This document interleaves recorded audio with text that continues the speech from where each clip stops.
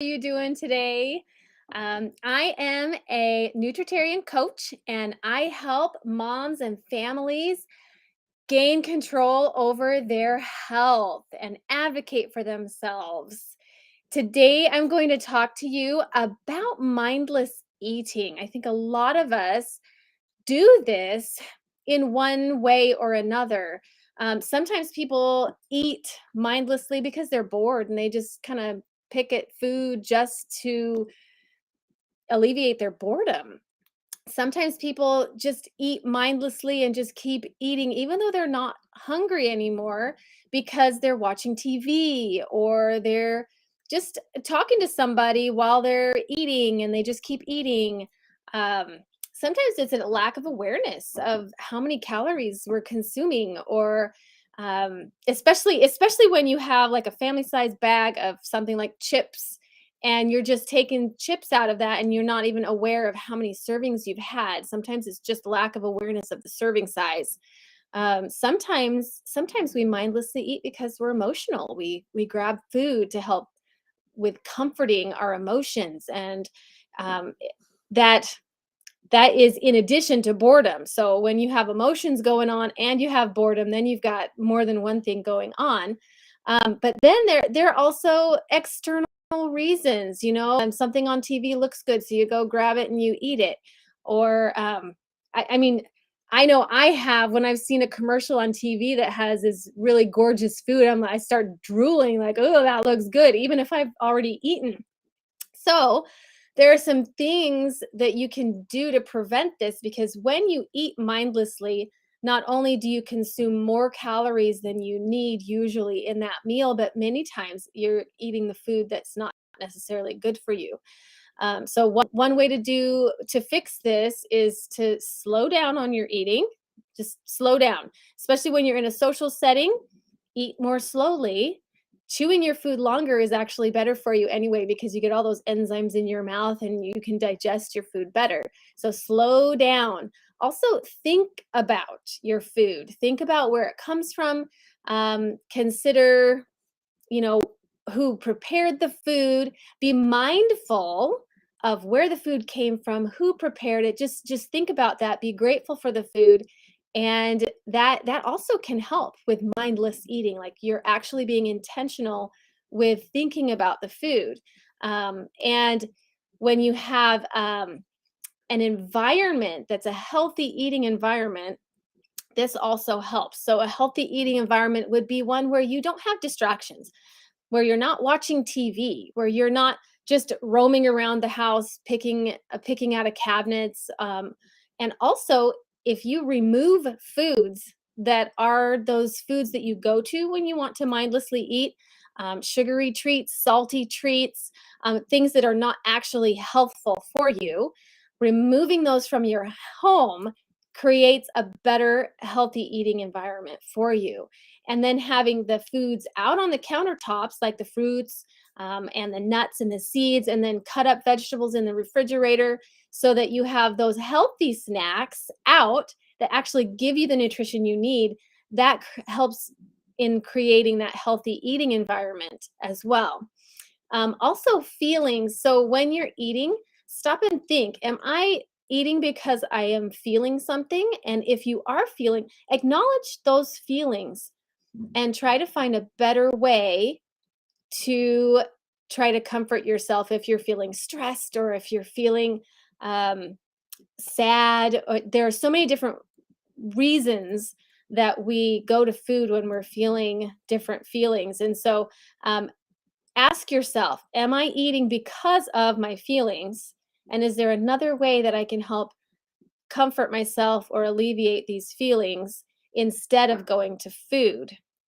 And one way that I really love, especially when I'm stressed out, to help alleviate those feelings, is using essential oils, because when you breathe those in, they are just so calming, and it just really helps with all the different emotions, not just stress. And that's one way that I use to help, so that I don't emotionally eat. Um, Also, Use a food diary. Write down in a journal or a diary of some sort what you eat every day. And when you're recording what you eat, you realize, "Oh my goodness, I ate that whole family size bag of chips," right?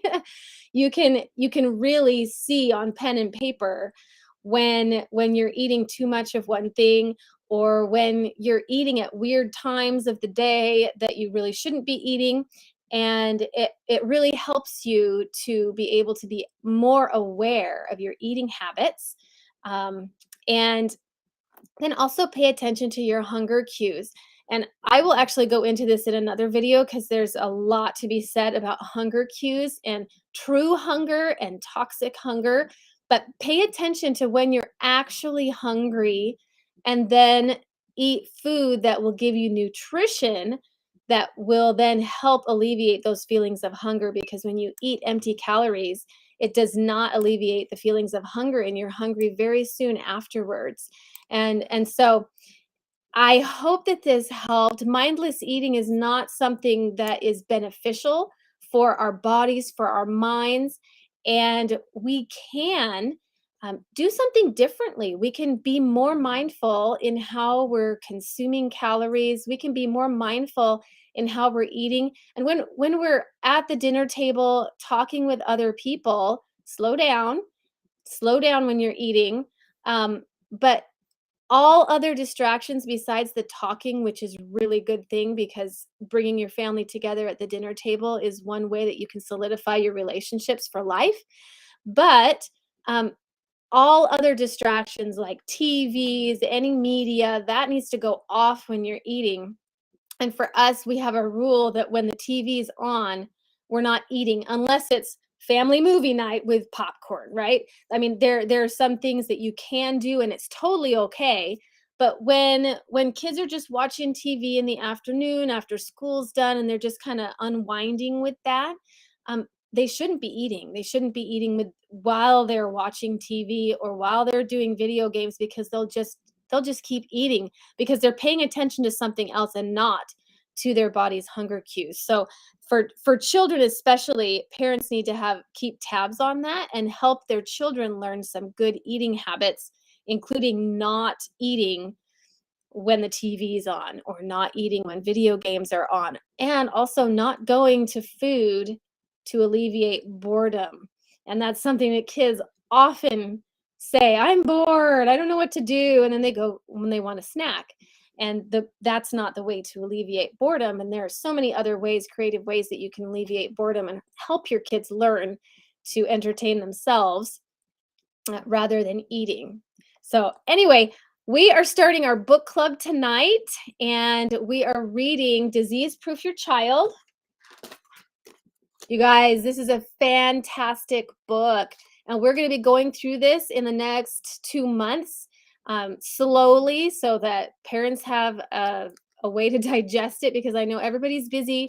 But this book is excellent. It's a way to help you understand children's nutrition, and also to help give you practical ways that you can apply it in your own family and help your kids be healthier. So we're reading this book, and then we have a workbook. Now this is actually for the kids. So for your kids, this is a food journal, so they can learn to start writing down what they eat. So this, like, they can either write or draw depending on how old they are. And then there are activities like word searches and mazes and coloring activities in here for each day that they're writing their food choices, and a little bit of education on what G bombs plus T are, which are really important for our health. And Dr. Furman goes into those in this book. So we'll be talking about those in our book club, and then the kids can work right along with the parents. And it actually works really well when parents and children are going towards a goal together, when you're trying to help yourselves be more aware of your eating habits and improve your eating habits. And as you do it as a family, it it really helps, and you can keep each other in check. Kids are really good with that. Like when you're trying to work towards a goal and you tell your kids your goal, if you fudge on your goal, your kids are like, "Hey, I saw that." So it's really, really good when you bring your kids into this, especially with food, because food can be a little bit of a touchy subject. But bring your kids into it. Come to our book club tonight. I'll put the link below the video, and I will see you later. Have a great day, everybody.